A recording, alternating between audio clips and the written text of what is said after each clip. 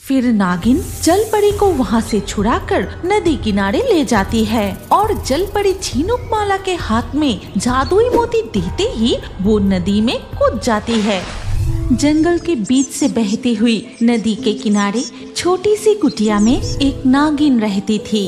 वो कभी नदी से मछली पकड़ती थी तो कभी जंगल के फल फूल खाकर किसी तरह से अपनी दिन गुजरती थी। हे भगवान, मेरे ये दुख के दिन क्या कभी खत्म नहीं होंगे? भूख के मारे मेरे पेट जल रहा है और क्या कांटे लेकर नदी से कुछ मछलियाँ पकड़ के लाती हूँ। ये कहते हुए नागिन कांटे लेकर नदी किनारे जाके कांटे डाल देती है। तभी वो देखती है कि नदी के पानी से एक जलपरी बाहर आई। उसका पूरा शरीर सोने हीरे मोती के आभूषण से भरा हुआ है। ये देखकर नागिन पूरी तरह से चकित हो जाती है। वो देखती है कि जलपरी अपनी शक्ल बदलकर मानव रूप धारण करके पानी से निकल के जंगल की ओर चली गई। अरे बाप रे, ये कौन है? इस जलपरी को तो मैंने पहले कभी इस नदी किनारे नहीं देखा। अरे अरे, अपनी रूप बदलकर ये इंसानी रूप कैसे धारण कर ली? मुझे तो इसकी रहस्य के बारे में पता लगाना होगा। ये कहकर नागिन नदी के किनारे एक पेड़ के पीछे छुपकर उसकी इंतजार करने लगी। कुछ देर बाद नागिन देखती है कि वो लड़की वापस आई और फिर से जलपरी का रूप धारण करके पानी में चली गई। अरे वाह, इस जलपरी का कितना सुंदर सुखमय जीवन है। पूरे शरीर पर सोने हीरे जेवर से भरी है। ऊपर से अपनी शक्ल बदलकर पानी में जमीन पर आराम से घूम रही है। काश मैं भी इसकी तरह अपनी रूप बदल सकती। लेकिन ये जलपरी अपनी रूप कैसे बदल रही है? मुझे इस पर कड़ी नजर रखनी होगी। इसके बाद से नागिन कई दिनों तक उस जलपरी पर नजर रख रही थी। एक दिन अचानक जब जलपरी नदी में वापस जाने ही वाली थी, जलपरी, अरे ओ जलपरी, जरा रुक तो जाओ। मैं तुम्हें कई दिनों से इस नदी के किनारे देख रही हूँ। तुम कितनी सुंदर हो, तुम्हारी मुस्कान कितनी प्यारी है। मैं तुमसे दोस्ती करना चाहती हूँ।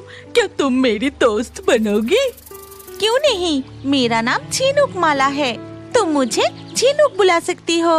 अच्छा झिनुकमाला, मैं रोज देखती हूँ कि तुम अपनी रूप बदलकर मानव रूप धारण करके जंगल में चली जाती हो। तुम अपनी रूप कैसे बदलती हो? ये देखो, ये जादुई मोती है। इस जादुई मोती की वजह से ही मैं अपनी रूप बदल सकती हूँ। इसके बाद झिनुकमाला और नागिन काफी देर तक बातें करती है और उनमें गहरी दोस्ती भी हो जाती है। इसके बाद से जब भी वो मिलती थी, नागिन बस उसे अपने दुख भरी कहानियाँ सुनाती रहती थी और झिनुकमाला नागिन की दुख कम करने के लिए उसे तरह तरह के स्वादिष्ट भोजन और कभी कभी कीमती उपहार भी देती थी। ये मूर्ख जलपरी झिनुकमाला मेरे लिए बहुत फायदेमंद है। मैं बिना किसी मेहनत के अच्छा खाना खा रही हूँ और सुंदर सुंदर उपहार भी मिल रहे हैं। कल से इसे और ज्यादा दुख भरी कहानियाँ सुनानी होगी। और अगले दिन सुबह नागिन के साथ जलपरी मानव रूप धारण करके जंगल के रास्ते से जा रही थी। तभी नागिन कहती है, झिनुकमाला, चलते चलते हम बहुत दूर आ गए हैं और अब मुझे बहुत भूख भी लगे हैं। लेकिन इस जंगल में मैं क्या खाऊं? तभी जलपरी झिनुकमाला देखती है कि एक पेड़ में बहुत सारे स्वादिष्ट फल है। दोस्त, उधर देखो, उस पेड़ पर कितने स्वादिष्ट फल हैं। रुको, मैं अभी लेकर आती हूँ। ये कहते हुए झिनुकमाला जादुई मोती की मदद से टूनी चिड़िया की रूप धारण करके उस पेड़ से फल तोड़ लाती है। फिर वो दोनों सारे फल मिल बांट कर खाती है। अरे वाह झिनुकमाला, तुम तो टूनी चिड़िया का भी रूप धारण कर सकती हो। हाँ दोस्त, सिर्फ टूनी चिड़िया ही नहीं, इस जादुई मोती की मदद से मैं जैसा चाहूँ वैसा रूप ले सकती हूँ। मैं तुम्हारा रूप भी धारण कर सकती हूँ, देखना चाहोगी? ये कहते हुए झिनुकमाला नागिन का रूप धारण कर लेती है और ये देखकर नागिन हैरान रह जाती है। फिर झिनुकमाला अपने असली रूप में आकर नागिन को पानी के नीचे स्थित अपने जल राज्य के बारे में, वहाँ की जीवन के बारे में, इसके अलावा वहाँ मौजूद सोने, हीरे, खजाने के बारे में बताने लगती है। और ये सब कुछ सुनकर लालची नागिन मन ही मन कहती है, किसी भी तरह वो मूर्ख जल परी झिनुकमाला से वो जादुई मोती छीनना ही पड़ेगा। फिर मैं भी किसी का भी रूप धारण कर सकती हूँ और जल परी का रूप लेकर उसकी राज्य से सारा सोना हीरा लेकर चली आऊंगी। ठीक है दोस्त, अब मैं चलती हूँ, काफी देर हो चुकी है, कल हम फिर मिलेंगे। फिर वो दोनों ही वहाँ से चली जाती है। अगले दिन सुबह नागिन नदी किनारे बैठकर कई शैतानी योजना बनाने लगती है। तभी एक शिकारी शिकार की तलाश में वहाँ आता है और नागिन को देखकर कहता है, ओह माय गॉड, ये मैं क्या देख रहा हूँ? ये तो एक नागिन है। इसके पास जरूर नागमणि होगी, और नागमणि है तो सोना, हीरे, मोती और भी खजाना होगा। अगर इसको बंदी बना सकूं तो मेरा सपना पूरा हो जाएगा। ऐसा कहते ही शिकारी नागिन को उसका जाल में कैद कर लेता है।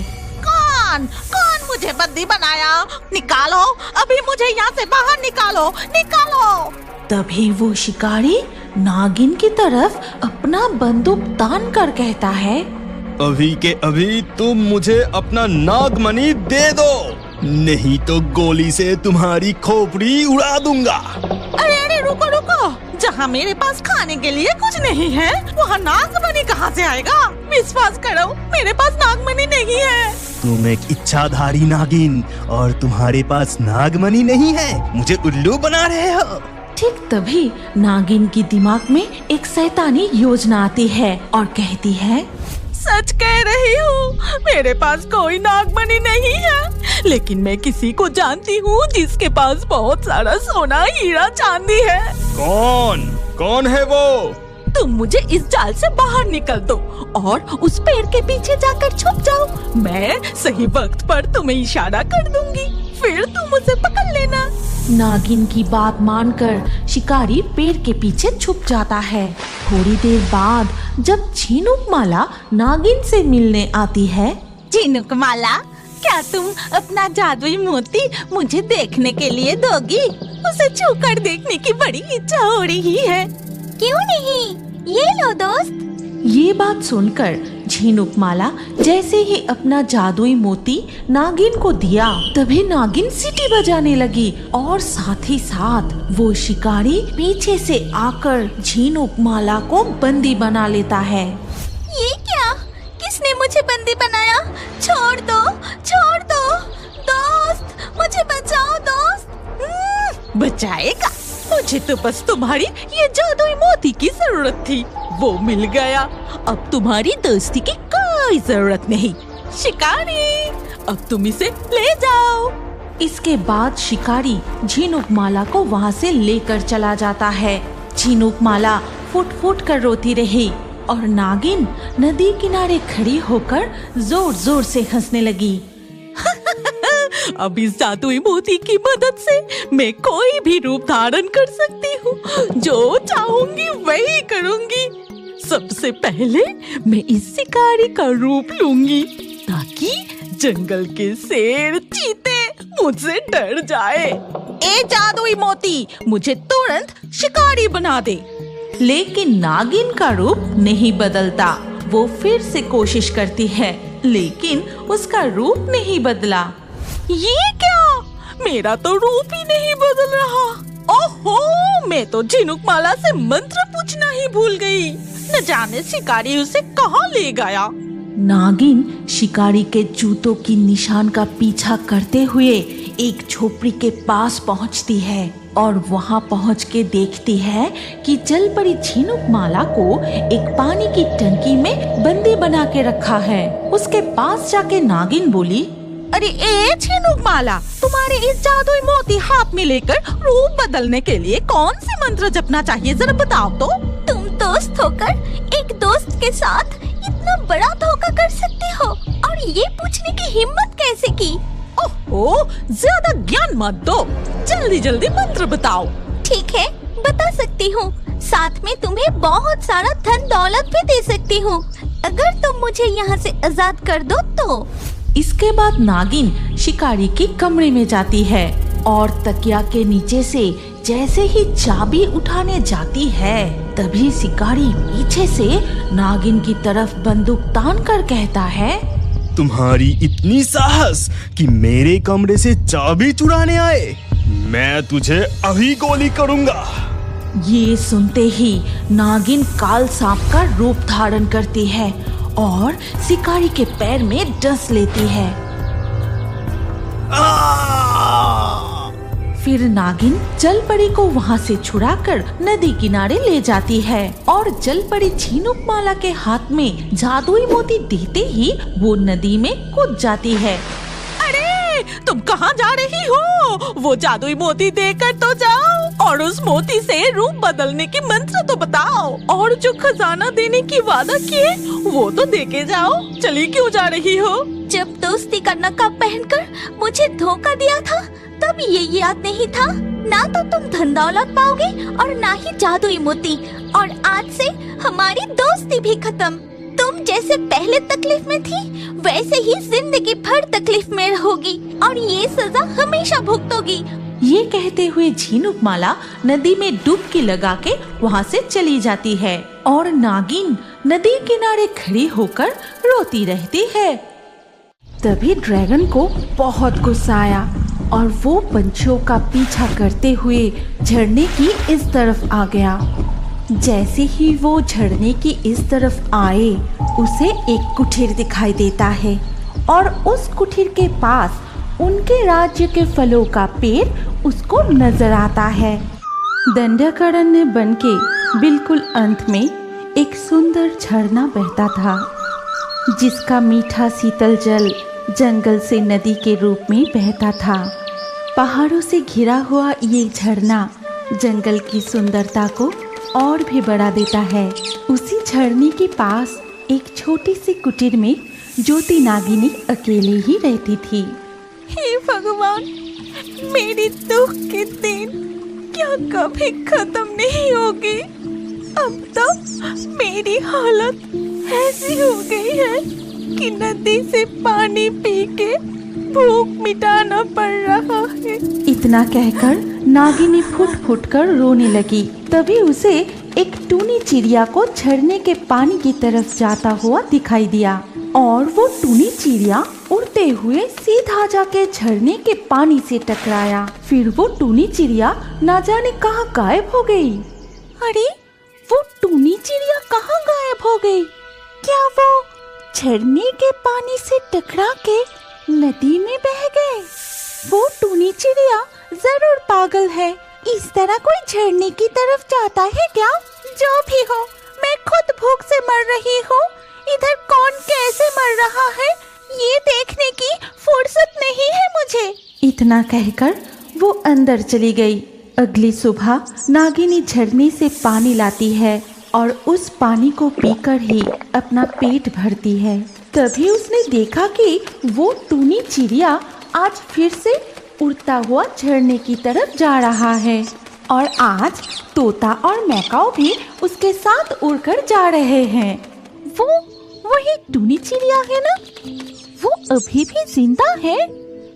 मैंने तो सोची कि वो झरने के पानी से बह गए हैं, लेकिन वो चिड़िया जिंदा कैसे बच गए? तो क्या इस झरने में कोई राज छुपा है? नहीं, आज मैं यहीं बैठी रहूंगी और देखूंगी कि वो सारी चिड़िया कहाँ जाते हैं। ये कहकर नागिनी अपनी कुटीर के आंगन में बैठ के इंतजार करने लगी। कुछ देर बाद नागिनी ने देखा कि वो सारी पंछियाँ फिर से झरने के पानी से बाहर आ रहे हैं और उन सब के चोंच में था एक अजीब लाल रंग की फल। वो अब अपने चोंच से ये कौन सा फल ले जा रहा है? मैंने तो ये फल पहले कभी नहीं देखा।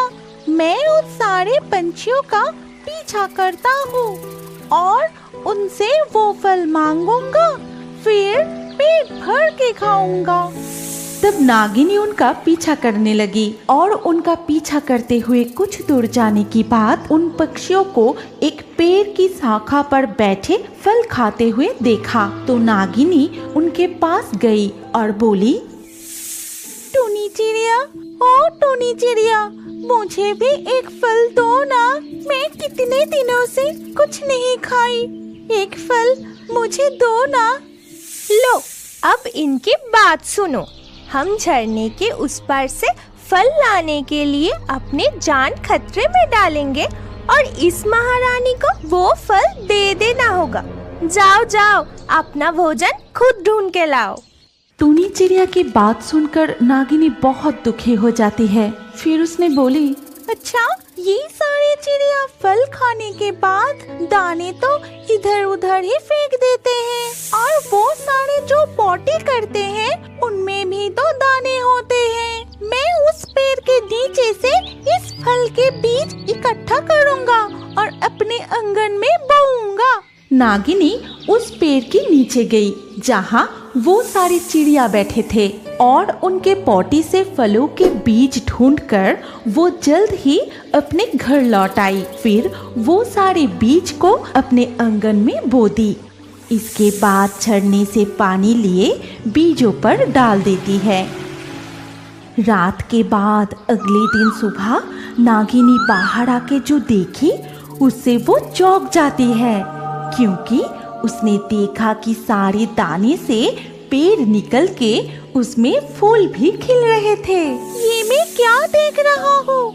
सारे पौधे रातों रात इतने बड़े हो गए हैं और उसमें फूल भी खिले हैं। जो भी हो, इतने दिनों बाद भगवान मेरी प्रार्थना सुनी है। ठीक उसी वक्त सारी चिड़िया फिर से झरने की तरफ जा रहे थे। असल में झरने की उस पार था बड़ा ही सुंदर ड्रैगनों की साम्राज्य। फल फूलों से भरा हुआ ये साम्राज्य बहुत ही खूबसूरत था और वो अजीब से लाल फलों के पेड़ चारों तरफ फैले हुए थे। उसके आसपास बहुत सारे ड्रैगन घूम रहे थे, क्योंकि ड्रैगनों के सिवा यहाँ और कोई नहीं रहता था। आज वहाँ से फल तोड़ने के वक्त एक ड्रैगन ने उन सारे चिड़ियों को देख लेता है। ये सारे है कौन? ये तो हमारे दुनिया की नहीं लगते। क्या ये लोग झरने की उस पार से यहाँ आके ये फल चोरी करके ले जा रहा है? नहीं, ऐसा तो नहीं होने देना चाहिए। ये सारे चिड़िया को जल्दी ही यहाँ से भगाना पड़ेगा। तभी ड्रैगन को बहुत गुस्सा आया और वो पंछियों का पीछा करते हुए झरने की इस तरफ आ गया। जैसे ही वो झरने की इस तरफ आए, उसे एक कुटीर दिखाई देता है और उस कुटीर के पास उनके राज्य के फलों का पेड़ उसको नजर आता है और वो सारे पेड़ों को देखभाल कर रही थी एक बड़ी सी पूंछ वाली नागिन। तेरी इतनी बड़ी हिम्मत, तू वो सभी छोटी चिड़िया को हमारी दुनिया में बेच के हमारे फल चोरी करके ला रहा है और यहाँ तू हमारी फल की खेती भी किया है। अब मैं तुझे अच्छा सबक सिखाऊंगा। ड्रैगन की बात सुनकर नागिनी उसकी तरफ देख के बोली, अरे बाप रे, तुम कौन हो और इतनी सुबह सुबह मुझे इस तरह डरा क्यों रहे हो? मैं हूँ ड्रैगन राज। झरने की उस पार है हमारी दुनिया। ये फल हमारी दुनिया की है और इसमें सिर्फ हमारी हक है और तू हमारी ये फल चोरी करने के लिए भेजे थे। ये कह के ड्रैगन अपने मुंह से आग उगलने लगा और कुटीर जला दिया। अरे ये क्या? तुम इस तरह मेरे घर क्यों जला रहे हो? रुको, सुनो मेरी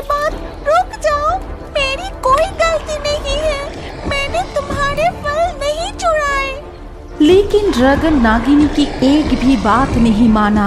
वो वहाँ से सारे पौधे उठा के फिर से झरने के उस पार चला गया। नागिनी अपनी जले हुए कुटीर को देख के रो पड़ती है। मैंने कोई गलती नहीं की, फिर भी वो ड्रैगन आके मेरा घर पूरी तरह से जला दिया। वो सारे चिड़िया फल चुरा के लाते थे और मुझे सजा मिल गई। मुझे इंसाफ चाहिए। मैं उन ड्रैगन की दुनिया में जाके इंसाफ मांगूंगी। इसके अलावा उस झरने के पीछे और क्या क्या अजीब चीज है वो भी देखना चाहती हूँ। ये कह के नागिनी झरने के उस पार जाती है और इस पार आते ही नागिनी तो चौंक जाती है। वाह, ये तो बहुत ही खूबसूरत जगह है। ये तो स्वर्ग से भी कुछ कम नहीं है। यहाँ कितने सारे फल फूलों से भरे हुए हैं। अरे बाप रे, सामने कितने सारे ड्रैगन घूम रहा है, लेकिन उनके शरीर में वो सब क्या हुआ है? लगता है उससे उनको बहुत दर्द भी हो रहा है। ये कह के नागिनी थोड़ा और आगे जाते ही वो ड्रैगन उसको देख लेता है। अब तू खुद हमारी दुनिया में आई है। क्या तू उस दिन की सबक भूल गई?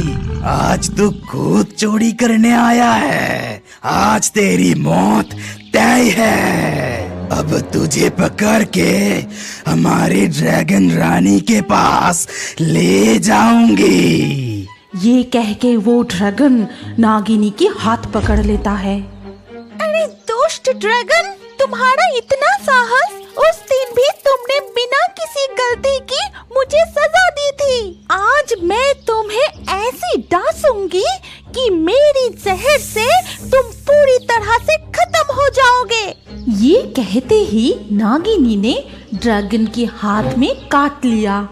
लेकिन अजीब बात ये है, ड्रैगन की वो भयानक बीमारी तुरंत ही ठीक हो गई और वो ड्रैगन पूरी तरह से स्वस्थ हो गई। ये क्या? तुम्हारी जहर तो मेरी शरीर में दवा की तरह काम की। हम इस जानलेवा बीमारी की दवा इतने दिनों से ढूंढ रहे थे और तुम्हारी जहर में ही वो दवा छुपा था। इसके मतलब सिर्फ तुम ही हो जो हमें बचा सकता है। मैं तुम्हारे साथ बहुत गलत की है। तुम मुझे क्षमा कर दो और हमारे ड्रैगन कुल की रक्षा करो। ये सुनकर नागिनी का हृदय नरम हो गया और वो ड्रैगन के साथ ड्रैगन राज्य के अंदर चली गई। फिर वो जहर उगल के सारे ड्रैगनों को देती है और एक एक करके सारे ड्रैगन स्वस्थ हो जाते हैं। तभी ड्रैगन रानी ने बोली, आपने हमारा बहुत मदद किए हैं। यदि आप हमारे दुनिया में नहीं आते तो जानलेवा बीमारी से धीरे धीरे सारे ड्रैगन खत्म हो जाते। मैं तुम्हें हमारे राज्य की सर्वश्रेष्ठ फलों का पौधा उपहार देता हूँ। तुम जीवन भर इस स्वादिष्ट फल को खाने का आनंद ले सकोगी। तभी नागिनी वो अजीब से लाल फलों का पौधा पाकर मन ही मन बहुत खुश हुए और घर लौटने के बाद वो उस पौधे को अपने आंगन में लगा देती है। फिर अच्छे से देखभाल करने लगती है। अगले दिन सुबह उठ के नागिनी ने देखी कि पूरा आंगन उस पेड़ से भर उठा है और उसमें फूल भी खिला है। फिर उन पौधों में जो लाल लाल फल उगे वो खाकर नागिनी बहुत खुश हुए। वाह, कितने दिनों बाद मैं फिर से मन भर के फल खा रही हूँ। मेरी इतने दिनों की भूख मिट गई। नागिन के बगीचे की उस स्वादिष्ट फल की बात पूरे जंगल में फैल गई और ये खबर सुनकर टूनी चिड़िया और जंगल के बाकी जानवर वहाँ आए और कहने लगे, नागिन, ओ नागिन, हमें कुछ फल दो ना। तुम्हारे आंगन में तो बहुत सारे फल है। टूनी चिड़िया, तू उस दिन तू मुझे अपमान करके वहाँ से भगा दिया था, तो आज क्या चाहिए? मुझसे बहुत बड़ी गलती हो गई नागिन, हमें माफ कर दो। उस जादुई झरने की दरवाजा तो हमेशा के लिए बंद हो गई। अब तो हम उस दुनिया में नहीं जा सकते। क्या तुम हमें तुम्हारी खेती का फल दोगे? चलो ठीक है, हमेशा एक दूसरे के मदद करने की कोशिश करते रहना चाहिए। कभी भी किसी भूखे को अपमान करके उसे भगाना नहीं चाहिए।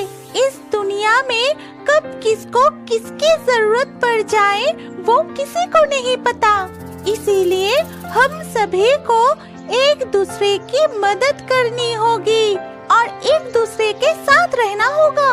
लेकिन इस स्वादिष्ट फल का नाम क्या है नागिन? ड्रैगन की दुनिया से लाया गया इस फल का नाम आज से है ड्रैगन फ्रूट। इसके बाद से धीरे धीरे पूरे जंगल में ड्रैगन फ्रूट की खेती शुरू हो गई।